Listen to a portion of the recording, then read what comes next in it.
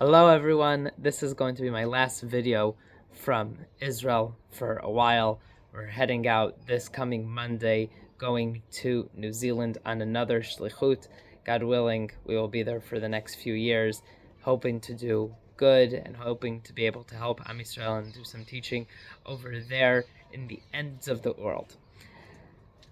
This week's Parashat Shoftim, talks about our judges, people that we are appointing to help guide us and lead us. And one of those people that we are appointing is a king. Now, while a lot of the mitzvot are practical for us today and are easy for us to understand, how to keep Shabbat, how to keep kosher, these are mitzvot that we live our day-to-day life with. Some of the mitzvot the Torah tells us, we try to figure how are they applicable to us today. So for example, the mitzvot that have to do with a king. We don't have a king.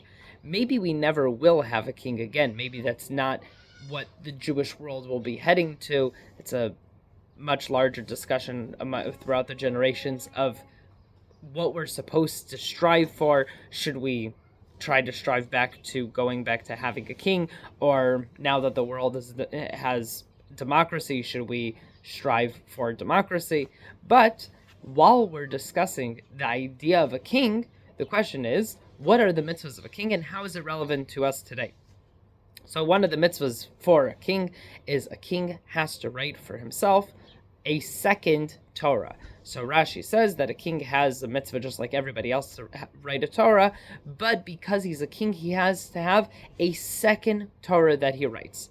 The one Torah that is out with him all the time, he uses it when he's judging, he uses it when he goes out to war, he uses it when he's out in the field. Wherever the king goes, that Torah is with him. And the second one is in the vault. Now, there's quite a lot that can be discussed over there, but I want to bring it to a very personal place, which was what my rabbi told us at our chuppah, at our wedding, Rabbi Tzvi Ron. Rabbi Tzvi Ron told us like this. He said, king has two Sifrei Torah. The one that is with him is identical to the one that is in the vault.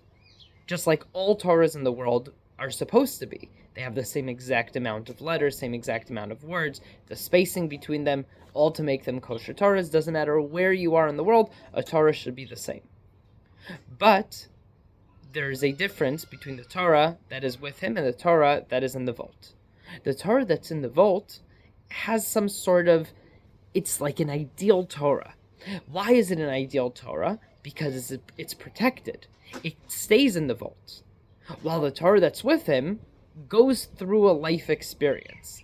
And sometimes in the field, a rock gets stuck in it, and it scratches off a letter. And sometimes while at war, it can be hit by a weapon, and you can lose a part of it. And every once in a while, the king has a responsibility, a mitzvah to do so, where he stops and he goes back and he checks that both Torahs are again identical. And while he told us this at the chuppah, he added and he said, when you're standing under the chuppah, you have created what the ideal marriage should be. You sit, you discuss it, and you say, here are what we are committed to do. Here is how our relationship is going to be. But then life happens. And when life happens, sometimes you forget some of the responsibilities. Sometimes you forget how much you love each other and how committed you are to each other. He says, and once a year you stop and you go, let's go back together and check that these Torahs are identical. Let's check that the values and things we set out originally, in a way, are still what we are doing today.